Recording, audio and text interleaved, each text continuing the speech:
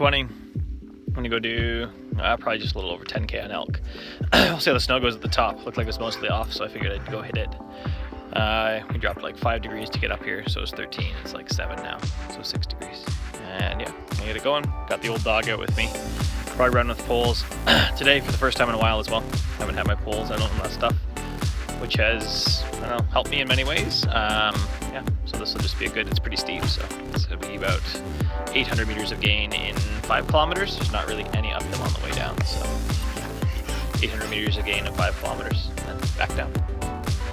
We'll see how far I get along the ridgeline. The ridgeline will add some distance, but it's 10K kind of to the summit and back.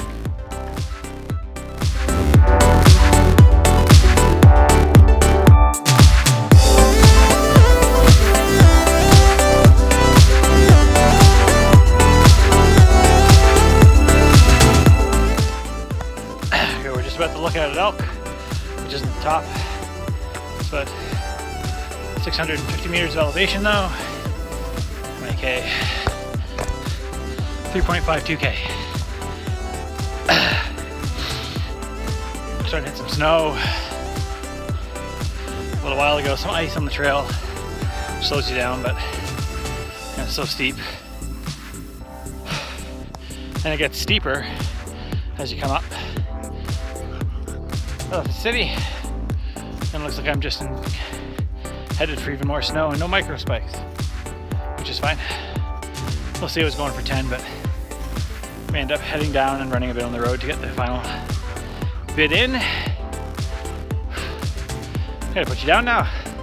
Getting my poles for that. Head up to the ridge line. Should be out of snow again up on the ridge line, so we'll be back out in the sun more. And it's south facing, so it'll be good.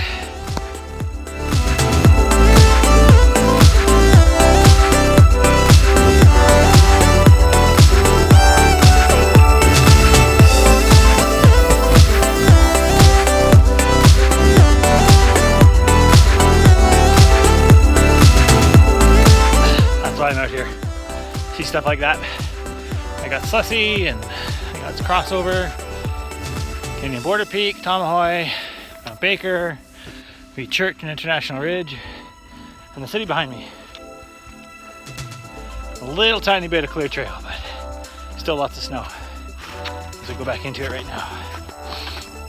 Almost at the top though. A little slow going on the way down, just because of the snow and loose footing. So we won't set any PRs today. That's good. And actually, this is steep enough that I'm feeling like I'm a little weak on the climbs, despite running a bunch of other stuff. That's okay though. We'll get back there. A couple more weeks, this will open up. It's crazy, because it's what, May now? And I've got pictures from last year in like March, where I was way farther out before I hit snow. So. March? Yeah, March. Hit snow much farther back. I was out for 8K before I hit snow. Now I'm at like 4.5 or something. Because 5 is just past the peak, which I'm coming up on.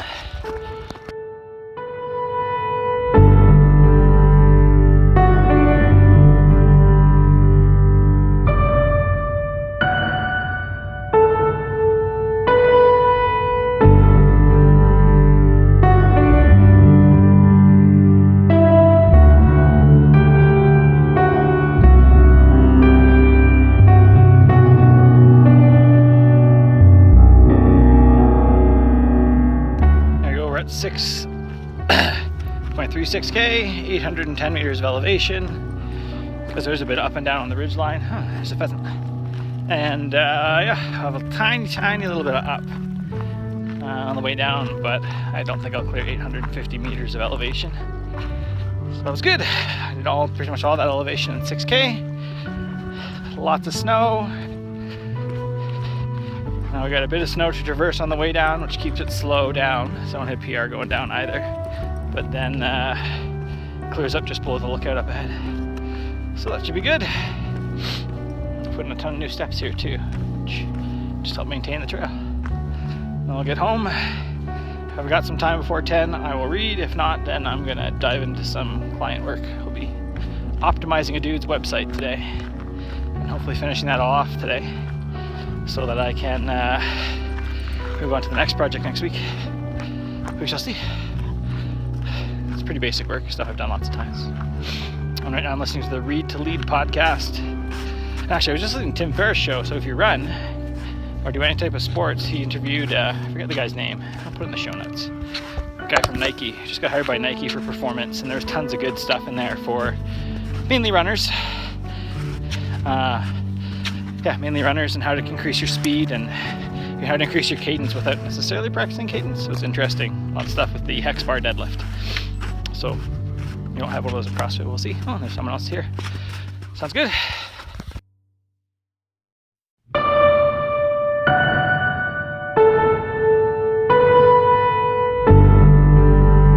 It's cool. It's a pheasant. I've seen off and on. Seen a bunch of them today, which is cool. It's cool to see wildlife and hear their big kind of whoop, whoop, whoop, whoop. Bunch of birds, bunch of wildlife. Beautiful. Beautiful day. Kind of off the snowiest part. One little tiny bit of snow. Past some older gentlemen that were going up to fly down. I guess parasail. I got a parasail, I think. And now we can start going. Oh, and there's my 10,000 steps. Now we can start picking up the speed a little bit once we get off this first steep bit. Steep and a little slippery mud. And I guess we hit a little tiny bit of snow. And I can start letting the legs fly and head back. I've been at it for an hour and 40 minutes. We're about 30 minutes down, I suppose. And be good. Only probably be about 10k still, because it's so steep. I think I paused once on my watch, so we'll see. So I got lost a little bit of distance because I certainly went farther than what 5k. Whoa! Used to be on my phone. Haven't been up here since I had the Ambit 3, so my phone just telling me 5k was just past the summit. So we'll see. Maybe the watch is so much more accurate that I picked up time before. Let's go. See if we can let legs fly soon.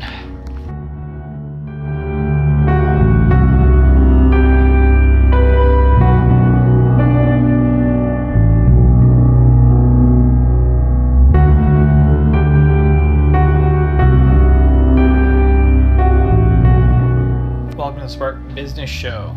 Here in my office.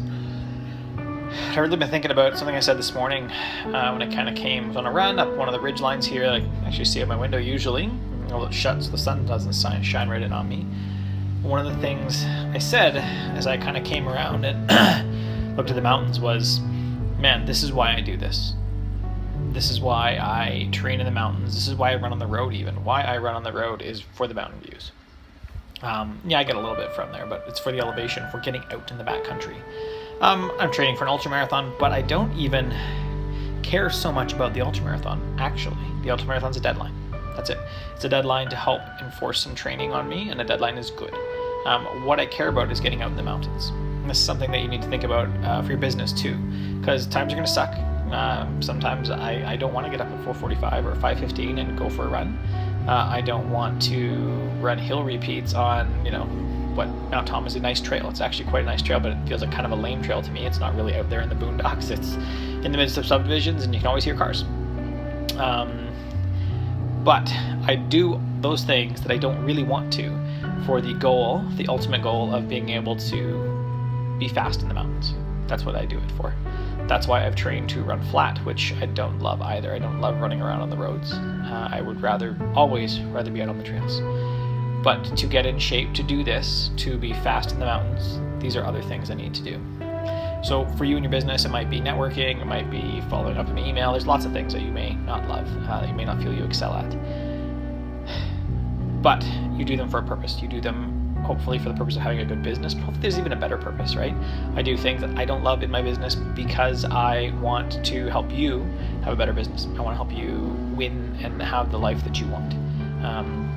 That's why I do those things, and I model them like I do my podcast right now off my phone, sitting in my office, or sometimes out on the trail. That's why I do it, and I've had some good feedback on that, but I do it because I want to help you have a good business, and I have thoughts while I'm out there, so I'm making it compatible to me as well. This is what helps me run a good business. You got to remember that it can't just be for the money. Part of it is definitely for me to support my family, but the sheer the joy. I mean, I've always got this. The excitement I get when I see someone succeed that wasn't before, that's what really drives me. Helping them work out with their spouse if they've been working too much, or hang out with their kids more. That's what really excites me. That's what I want to do. So what is your why? What is your greater purpose, or your life task, or depending on, you know, which book you're reading, what author you're talking to, what is the reason you do this that's kind of above, that's beyond, that's going to help you through the tough times and get you doing the things you don't necessarily want to do. Thanks for watching.